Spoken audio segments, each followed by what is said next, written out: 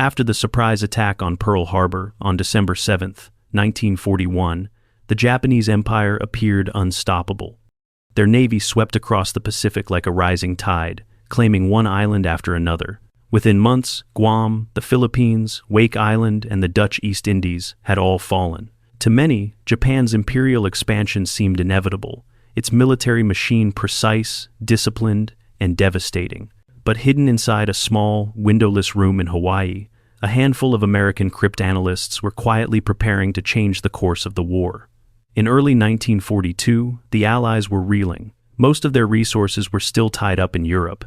The Pacific Fleet, shocked and crippled by Pearl Harbor, scrambled to rebuild.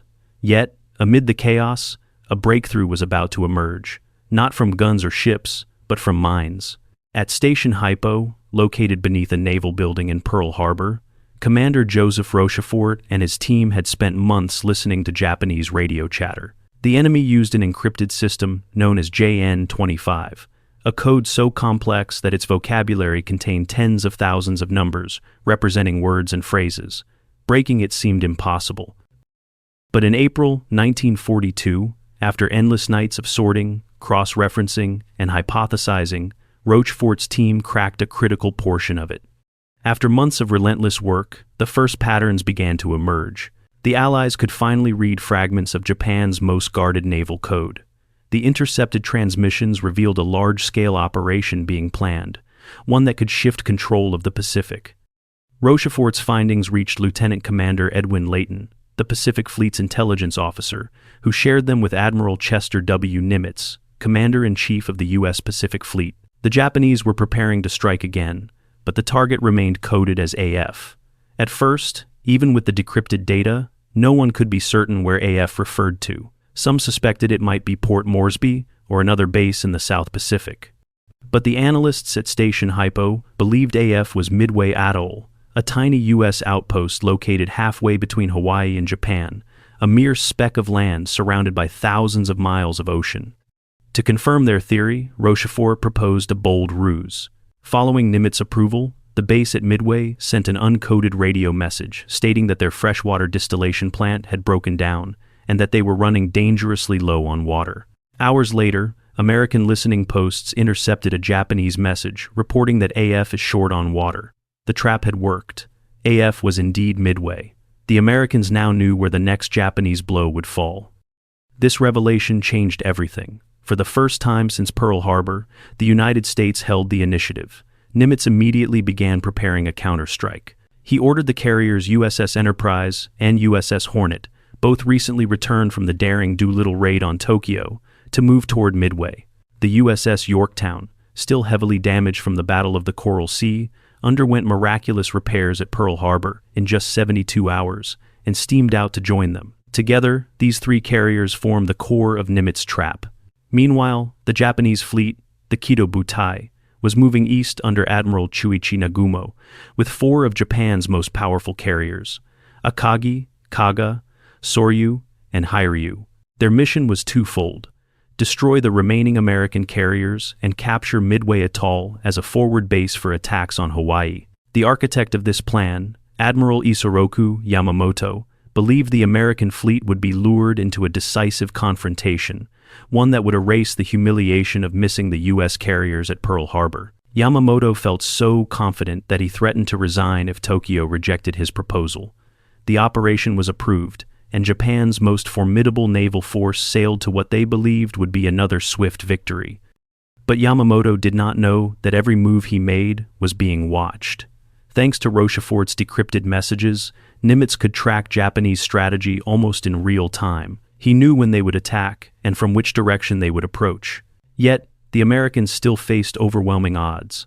The Japanese Navy possessed more carriers, more planes, and far more experienced pilots. Victory would depend not just on intelligence, but on timing, courage, and luck.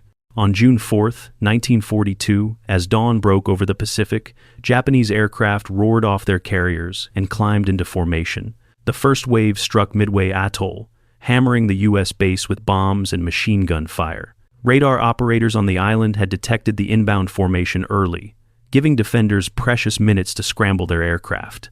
Marine Corps pilots in outdated F-2A Buffaloes and F-4F Wildcats climbed to intercept, but they were outnumbered and outclassed. The faster, more agile Japanese Zero fighters tore through them.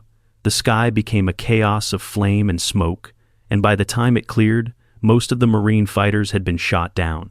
Still, the defenders on Midway had achieved something crucial. They forced the Japanese to commit fully to attacking the island. Because of Rochefort's warning, the Americans had already launched all available planes from Midway's airfields before the enemy arrived. When Japanese bombs fell, they struck empty runways and empty hangars. The base was damaged, but its aircraft were safe, already hunting for the Japanese carriers. As the first Japanese attack wave returned, one of Nagumo's flight leaders radioed back that a second strike would be necessary to neutralize Midway completely. Nagumo hesitated. His planes were already being rearmed for ship-to-ship combat, loaded with torpedoes meant for the American carriers.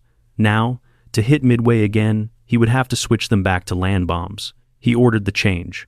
In the hangars below deck, crews worked feverishly, swapping out munitions and stacking torpedoes and fuel lines across the floor. It was an explosive recipe for disaster. Then came the first hint of trouble. Japanese reconnaissance planes, delayed earlier by fog, finally began reporting American movements. One scout spotted what appeared to be an enemy fleet. Nagumo faced an impossible choice: finish rearming for another land attack or prepare for a naval engagement. He reversed his order again, demanding the planes be switched back to torpedoes for ship attacks. Chaos engulfed the decks. Bombs and torpedoes lay exposed. Fuel lines dripped gasoline, and crews raced against the clock as the enemy closed in. High above the ocean, American pilots were already searching for the Japanese carriers. From the USS Enterprise, USS Hornet, and USS Yorktown, waves of dive bombers, torpedo planes, and escort fighters fanned out across the Pacific. Many never returned. The torpedo squadrons, flying obsolete and slow aircraft, were massacred by the Japanese Zeros. Entire squadrons were wiped out, shot down before releasing their payloads. Yet, their sacrifice would open the door for victory. Because the Japanese fighters were dragged down to sea level, engaging the torpedo planes, the skies above were momentarily clear. At 10:22 a.m., a group of U.S. Navy SBD Dauntless dive bombers from Enterprise and Yorktown arrived overhead, undetected. Below them lay the entire Japanese carrier force, decks cluttered with armed aircraft and volatile fuel. Commander Clarence McCluskey, realizing he had found the enemy by luck and instinct, led his squadron into a steep dive. Within minutes, bombs smashed into Kaga, Akagi, and Soryu. One by one, the carriers erupted in fire. The combination of exposed bombs, torpedoes, and aviation fuel turned each ship into a floating inferno. Sailors leapt overboard as secondary explosions ripped through the decks. Within hours, 3 of Japan's 4 carriers were mortally wounded. Only Hiryu remained operational. Furious and desperate, its air group retaliated. 2 waves of Japanese dive bombers found the USS Yorktown. Despite fierce American anti-aircraft fire and fighter defense, the Yorktown took multiple hits. Fires spread across her decks, and she began listing heavily. Crews fought heroically to contain the damage. Against all odds, they succeeded, temporarily saving the ship. But the Hiryu's pilots were not finished. A second strike followed, delivering the fatal blow. The Yorktown, scarred but still afloat, was left adrift. Late that afternoon, American scouts located the Hiryu. Bombers from Enterprise and Hornet swooped in, striking the carrier with 4 direct hits. Flames engulfed her flight deck, and by nightfall, she too was doomed. Yamamoto, commanding the operation from his flagship Yamato hundreds of miles away, realized the unthinkable had happened. His prized carrier force, the same one that had devastated Pearl Harbor, was annihilated. By the next morning, June 5th, the once invincible Japanese strike force was retreating. The Akagi, Kaga, and Soryu slipped beneath the waves. The Hiryu, her crew refusing to abandon ship until the fires reached the magazines, finally exploded and sank. On June 6th, as salvage efforts continued on the crippled Yorktown, the Japanese submarine I-168 struck again, launching torpedoes that sank both the destroyer USS Hamon and the Yorktown herself. By June 7th, the battle was over. 4 Japanese fleet carriers, 1 heavy cruiser, and nearly 300 aircraft had been destroyed. More devastatingly, Japan had lost most of its elite carrier pilots, men whose experience and skill could never be replaced. The United States lost one carrier and around 150 aircraft, but the strategic outcome was monumental. For the first time, the Japanese Navy had been decisively defeated. The illusion of invincibility that had surrounded Japan since Pearl Harbor was shattered. In the months that followed, Japan would fight on, but never again on equal footing. The industrial might of the United States, combined with superior intelligence and growing carrier power, began to tilt the balance of the Pacific. Midway proved that information, the ability to read the enemy's plans before they struck, could change the destiny of nations. For Admiral Nimitz, the victory validated every risk. For Joseph Rochefort and his small band of cryptanalysts, it was quiet proof that unseen battles of code and radio could decide the outcomes of those fought with guns and steel. And for the men who flew from Enterprise, Hornet, and Yorktown, it was a testament to courage under impossible odds. The Battle of Midway was more than a clash of fleets. It was a turning point, the moment when the Pacific War began to swing from defense to offense, from desperation to dominance. In just 3 days, the course of the war changed. The Empire of Japan had reached its peak, and from that peak, it would begin its long descent toward defeat.